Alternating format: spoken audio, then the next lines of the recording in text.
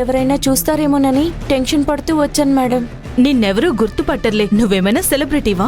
ఏమో మేడం, అంత పెద్ద ఇంట్లో పని మనిషిని కదా, గుర్తుపడతారేమో అని.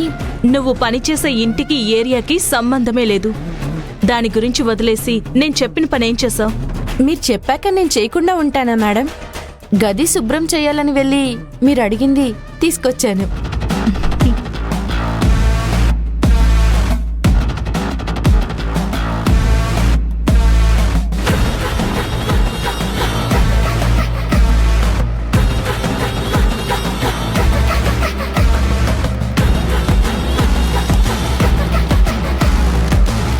అవును మేడం, నిమిష అమ్మగారి ఫోటోలన్నీ మీరేం చేసుకుంటారు?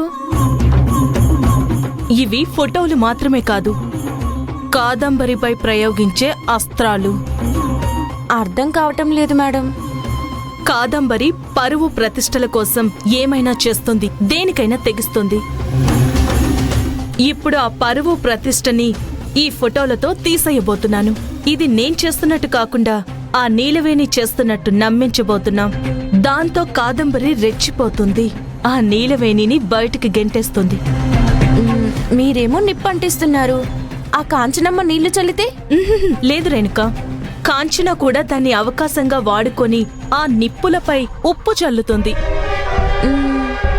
దాంతో ఆ నీలవేణికి ఇంట్లో శత్రువులుగా మారి తిట్టిన తిట్టు తిట్టకుండా తిట్టి అవమానించి బయటికి పంపించేస్తారు.